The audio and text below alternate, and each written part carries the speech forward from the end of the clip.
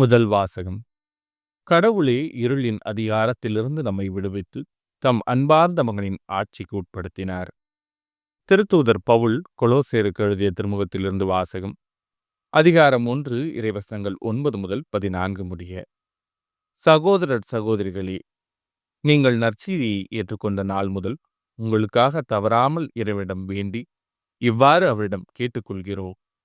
நீங்கள் முழு ஞானத்தையும் ஆவிக்குரிய அறிவுத்திறனையும் பெற்று கடவுளின் திருவுளத்தை பற்றிய அறிவை நிறைவாக அடைய வேண்டும். நீங்கள் அனைத்திலும் ஆண்டவருக்கு உகந்தவற்றை செய்து அவருக்கு ஏற்புடையவர்களாய் நடந்து கொள்ள வேண்டும். நீங்கள் பயன் தரும் நற்செயல்கள் அனைத்தும் செய்து கடவுளை பற்றிய அறிவில் வளர வேண்டும். நீங்கள் முழு மன உறுதியோடும் பொறுமையோடும் இருக்குமாறு தம் மாட்சிமிகு ஆற்றலுக்கேற்ப தம் வல்லமையால் அவர் உங்களுக்கு வலுவூட்ட வேண்டும். மகிழ்ச்சியோடு தந்தையாம் கடவுளுக்கு நன்றி செலுத்துங்கள். அவர் இறை மக்களுக்கான ஒளிமயமான உரிமை பேற்றில் பங்கு பெற உங்களை தகுதியுள்ளவர்கள் ஆக்கியுள்ளார்.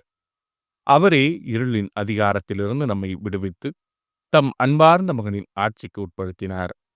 அம்மகனால்தான் நாம் பாவ மன்னிப்பாகிய மீட்பை பெறுகிறோம். இது ஆண்டவரின் அருள்வாக்கு. இறைவா, உமக்கு நன்றி. பதிலுரை பாடல். ஆண்டவர் தம் மீட்பை அறிவித்தார். ஆண்டவர் தம் மீட்பை அறிவித்தார். பிற இனத்தார் கண்முன்னே தம் நீதியை வெளிப்படுத்தினார். இஸ்ரேல் வீட்டாருக்கு வாக்களிக்கப்பட்ட தமது பேரன்பையும் உறுதிமொழியையும் அவர் நினைவு கூர்ந்தார். ஆண்டவர் தம் மீட்பை அறிவித்தார். உலகெங்கும் உள்ள அனைவரும் நம் கடவுள் அருளிய விடுதலையை கண்டனர். உலகெங்கும் வாழ்வோரே, அனைவரும் ஆண்டவரை ஆர்ப்பரித்து பாடுங்கள். மகிழ்ச்சியுடன் ஆர்ப்பரித்து புகழ்ந்தேத்துங்கள். ஆண்டவர் தம் மீட்பை அறிவித்தார். யாழினை மீட்டி ஆண்டவரை புகழ்ந்தேத்துங்கள். யாழினை மீட்டி இனிய குரலில் அவரை வாழ்த்தி பாடுங்கள். ஆண்டவராகிய அரசரின் முன்னே எக்காலம் முழங்கி கொம்பினை ஊதி ஆர்ப்பரித்து பாடுங்கள். ஆண்டவர் தம் மீட்பை அறிவித்தார். நற்செய்தி வாசகம். அனைத்தையும் விட்டுவிட்டு இயேசுவை பின்பற்றினார்கள். லூக்கா எழுதிய தூய நற்செய்தியிலிருந்து வாசகம். அதிகாரம் 5, இறைவசனங்கள் 1 முதல் 11 முடிய.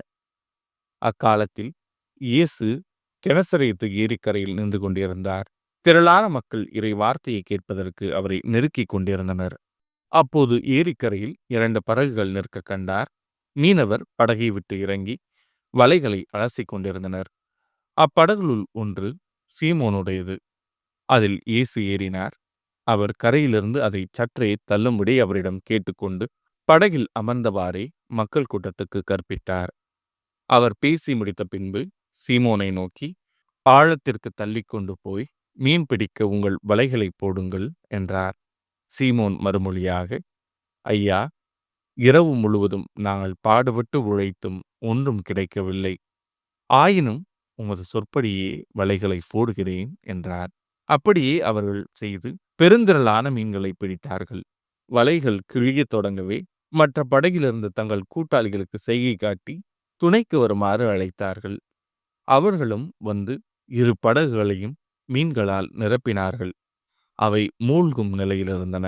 இதை கண்ட சீமோன் பேதுரு இயேசுவின் கால்களில் விழுந்து, ஆண்டவரே, நான் பாவி, நீர் என்னை விட்டு போய்விடும் என்றார். அவரும் அவரோடு இருந்த அனைவரும் மிகுதியான மீன்பாட்டைக் கண்டு திகைப்புற்றனர். சீமோனுடைய பங்காளிகளான செபதேயுவின் மக்கள் யாக்கோவும் யோவானும் அவ்வாறே திகைத்தார்கள். இயேசு சீமோனை நோக்கி, அஞ்சாதே, இது முதல் நீ மனிதரை பிடிப்பவன் ஆவாய் என்று சொன்னார்.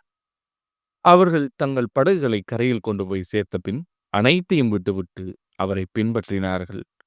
இது ஆண்டவரின் அருள்வாக்கு. கிறிஸ்துவே, உமக்கு புகழ்.